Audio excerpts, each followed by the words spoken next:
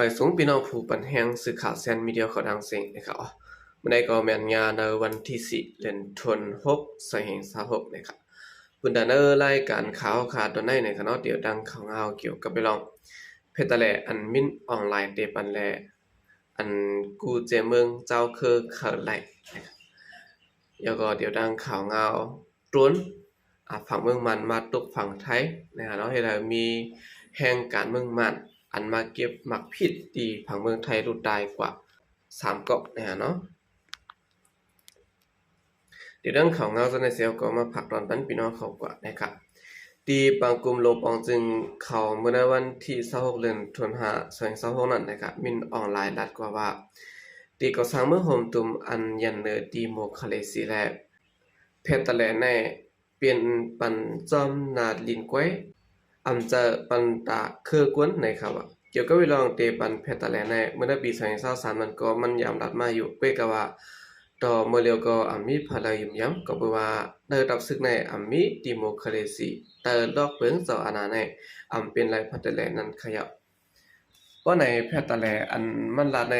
ตีสางเป็นไรซึ่งหือจ่องมันหมายถึงเพตาแลดิโมคราซีอันกูจุ้มเจ้าคือขลายเคยเป็นอันอยู่หือนะครับบ่มาอย่างเนืองเอารายการศึกอีกประทางการเมืองนั้นสิแลนับสร้างด้วยเพราะว่าไหนตะเดปล่อยให้เจเมืองเผามันอุเปิงพองงำหังคอนวันนั้นตื่นว่าใจแลครึ่งหน้าก็รับศึกอยู่ภายในกลุ่มกรรมสิแลเดปล่อยให้จะสร้างห่างป้องนาการพื้นที่กว่า1 ปัด 1 ตอนนั้นด้วยนะครับที่ได้ก็รับศึกในแพทย์แลดิโมคราซีว่าซึ่งในสังสว่าเป็นไรเมื่อนำเคยปานาลาด้วยการไว้หลังปี2021มาในเดจุกตีเมืองจึงเหลียวสิแลกลุ่มกว่าเหมือนเก่าแล้วเจละตอนนั้นแตกแยกเปลี่ยนเผอเปลี่ยนมันหมดยาวด้วยเอาในจุ่มมือดีเขาภาคเหนือก้อยก่อซึ่งว่า UWSA เปลี่ยนไว้นาทีอุปเปิงหังขอเนื้อแหลนแขกเกาก้างจะตื้อเปิงแขกเป็นอยากตั้งปลองกุ้มกำกอขินจะพิงเขาสุ่มงุ้มยอเนื้อแหลนดินค้างแข่งเอกเขาก็ก้อนกุ้มซ้ำเฮ็ดเหมือนลงปองซึ่งกูแข่งต่อซึกมันไว้กำในด้วยก่อแท้ตั้งเมืองย่างแหลงก็ตั้งเป็นลงปองซึ่งข้าวกลางโศกเสแลกุ้มอยู่เปลี่ยนซึ่งหนึ่งไว้ที่ตั้งย่างแหลงและแข้งก็ต่อเฮ็ดอยู่หู้ผาตั้งมันอาณาจักรศูนย์กลางในใต้ถึงเขาไล่ย่อในปีต่อในเตอ่านอยู่ที่ศูนย์กลางสิแลอุปเปิงกว่ากำสือเหมือนเมื่ออ่อนตั้งนั้นเป็นระยะแลจังไข่ใจตางบงี้ต่อนาทีเจ้าคือเขามาก้อยแสนาทีสู่อุปเปิงละลองห่มลมนาทีก็สู่เอาพองละพรดีมักมีก็แจกแม่งกันจัดกว่าด้วยกาอาณาปันปองและจันตับซึกจึงเมืองเตก็ในปีต่อเตยิไว้แลบเขาว่าในอยู่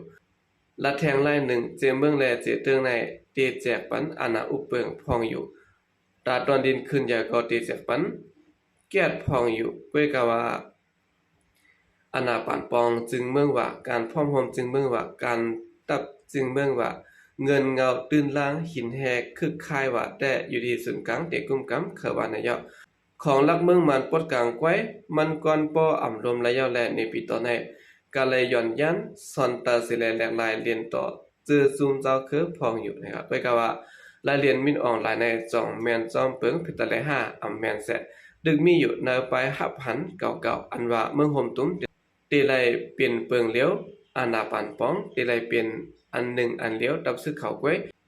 เตปันไลโฮมลมเตรียมตีนั่นอยู่แมกๆเยาตาว่ากูเจเมืองติไลมีอาณาปันป้องเพ่งเปงกันนั่นเขาตื้นยอมหับเสไขดังไหนเตหมายถึงเปลี่ยนเปิงเพตะแลในเจเมืองเจ้าคือแล้วเตยอมหับด้วยการอยู่ดีปอเลี้ยงเขาเมืองเขตลงได้ก็ติไลเจออยู่หนังเฮาคาใกล้ๆตกเนกันเยาบ่ยังว่าเงาลายแหลนดินนิ่มเต็งสายการกะกู้ป่องลอลีสายการมักมีกวดโลกโหมรวมเสเรื่องยาแผ่นก็ห่มเกียรติเขตตึกยะในแปะอยู่ดีแขกได้ก็ได้ยอมรับกำยันห่างแสะนะครับเว้วันนั้นเสดะเบิ่งเพชรตะแลอันได้ก็กาหมอกมินออนไลน์ว่าเตปันนั้นดูปาสุนพอตับหันปื้นติปาสุนเก็บขอนจอมปื้นติปาสุนกุมกำหินแฮตื่นเป็นปาสุนตัดสินหังขอปาสุนแต้มสร้างปักเปิงเสียงเมืองหังขอเสียมจะไหนบ่ไหนคือเตจะไลล็อกเปิงแพทแลก้อมเตยอมหย่อนปัน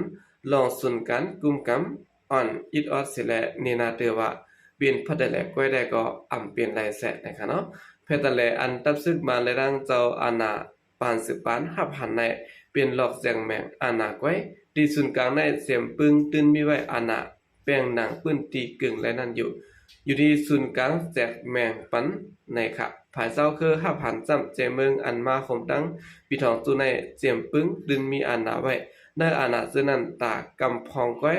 โคมกันหมอบปันติปีทองจุเปิงกันไว้หนังในคารุเนาะแพทแต่ในแต่เป็นสุนใดเงาปึงในกูจุมเจ้าคือหลานมาซุปเปอร์ขัดสัมภายย่อก็เจ้าอาณาส่วนกลางเขาตึกขัดสืบเฮ็ดแกงย่องอยู่นั่นเยอะนะครับจึงเมื่อในปี1961โหนาเจ้าคือเมืองใต้แหลกขางแข็งมอนย่างแหลงสนัยตุกย้อนมาในเปลี่ยนลองเพลงเปลี่ยนกันเปลี่ยนอ้อยดีโหมาเปลี่ยนกันเจ้าคือมันเขารู้เมืองห่มตุ้มอันก่อสร้างมาโดยลีโหมาปังลงในเปลี่ยนอันโฮมแห้งกันสร้างเป็นลูกดี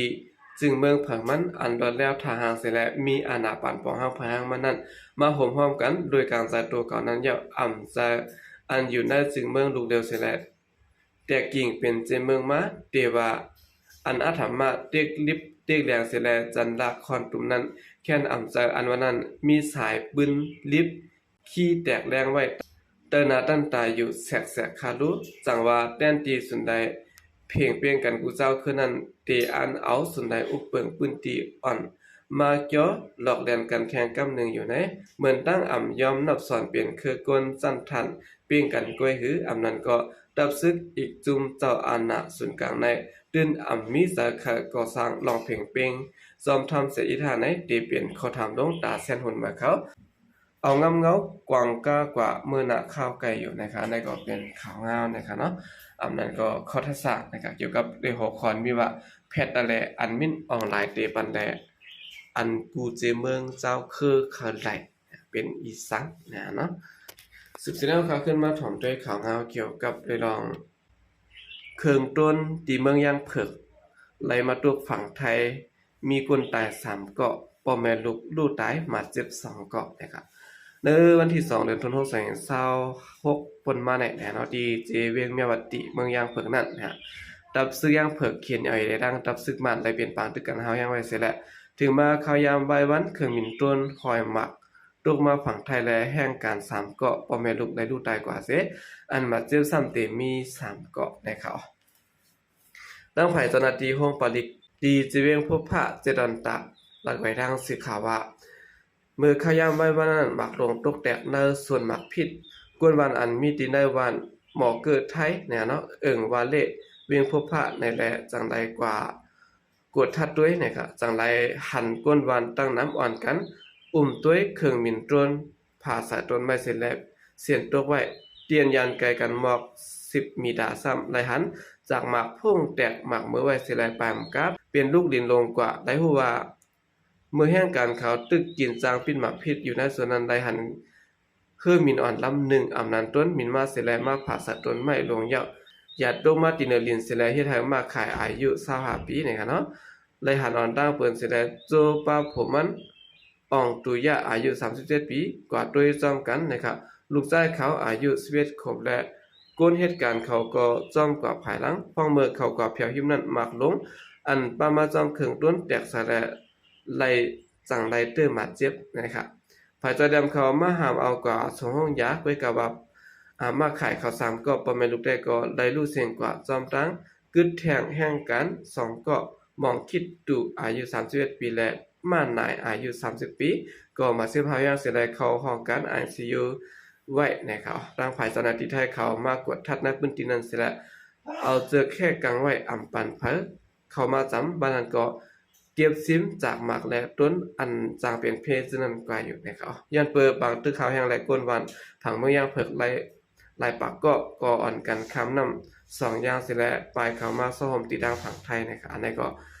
เป็นข่าวเงามองใจนะครับเนาะยันเปิดบางตึกดังผังเมืองวันหาวแห้งต้นไหนเป็นต้นผายจุ่มลุกพื้นอาหารนั้นเป็นต้นมานหาในอันไหนย่างไปหู้ไหลเนาะโอเคครับเรื่องส่วนในก็ยินจมนับยอมกลุ่มถึงพี่น้องกำเทียมปัญหาเขาดังเสียงอยู่ก็ยินจมนับยอมอย่างนำเสียข่าวใจก็เดียมาสมค่ะ